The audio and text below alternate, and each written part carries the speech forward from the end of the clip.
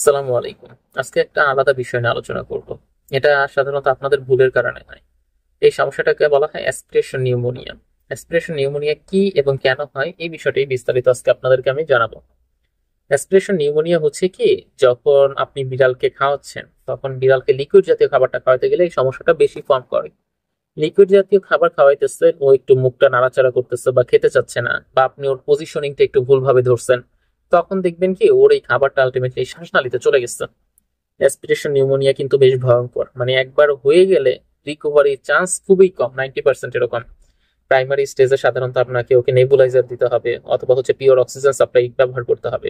এই টাইমে ওকে মুখে কোনো সেরকম মেডিসিন দেওয়া যায় না, কারণ অলরেডি ওর কিন্তু শ্বাসনালীতে ওই মেডিসিনই বলেন বা খাবারটা আলটিমেটলি বলেন, মোস্ট অফ দেম টাইমে আমার কাছে যে পেশেন্ট গুলো আসে এই জন্য তাদের ক্ষেত্রে দেখি কি ওই সিরাপ জাতীয় খাবার হয়তো বা সিরাপ জাতীয় ওষুধ হয়তো বা অন্য কোনো ডাক্তার লিখে দিছিল, তখন সেই খাওয়াইতে গিয়ে আলটিমেটলি এই অ্যাসপিরেশন নিউমোনিয়ার এই সমস্যাটা তৈরি করে ফেলছে।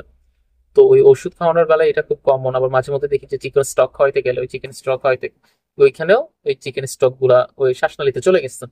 এই জন্য সাবধান থাকবেন, ওদেরকে চেষ্টা করবেন যে আলটিমেটলি একটা সিরিঞ্জের মধ্যে নিয়ে ওদের দাঁতের গোড়ায় বা জিহ্বার উপরে দেওয়ার এই তরল জাতীয় যে সিরাপটি বলেন বা চিকেন স্টক বলেন, এই দুইটা আলটিমেটলি যদি দাঁতের গোড়ায় বা জিহ্বার উপরে দেন, তখন দেখবেন যে এইটা আর ওর গলার শ্বাসনালীতে যাওয়ার সম্ভাবনা নাই।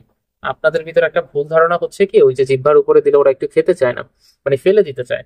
এই জন্য আপনারা করেন কি, একদম হা করে গলার সোজাসুজি দেন, যে গলার সোজাসুজি দিলে তার ফেলে দিতে পারবেন, এটা গলার মধ্যেই যাবে। তখনই অ্যাসপিরেশন নিউমোনিয়ার সমস্যাটা তৈরি হয়, আর বাঁচবে না কিন্তু এই কন্ডিশন গুলো, রিকভারির এটা একদমই কম।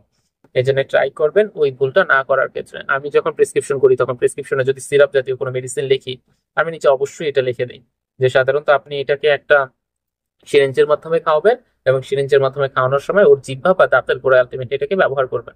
তাহলে আর রেসপিরেশন নিউমোনিয়ার এই সমস্যাটা তৈরি হবে না। তো এই ছিল আমাদের আজকের আলোচনা। তো আপনাদের যদি কখনো এরকম সমস্যায় ফেস করে থাকেন, আপনারা চাইলে স্ক্রিনে দেওয়া নাম্বারে আমার সাথে যোগাযোগ করতে পারেন। আমার অ্যাপয়েন্টমেন্ট নিতে হবে, তারপরে খুব সহজেই স্বল্প খরচে আমাকে দেখাতে পারবেন। ধন্যবাদ সবাইকে।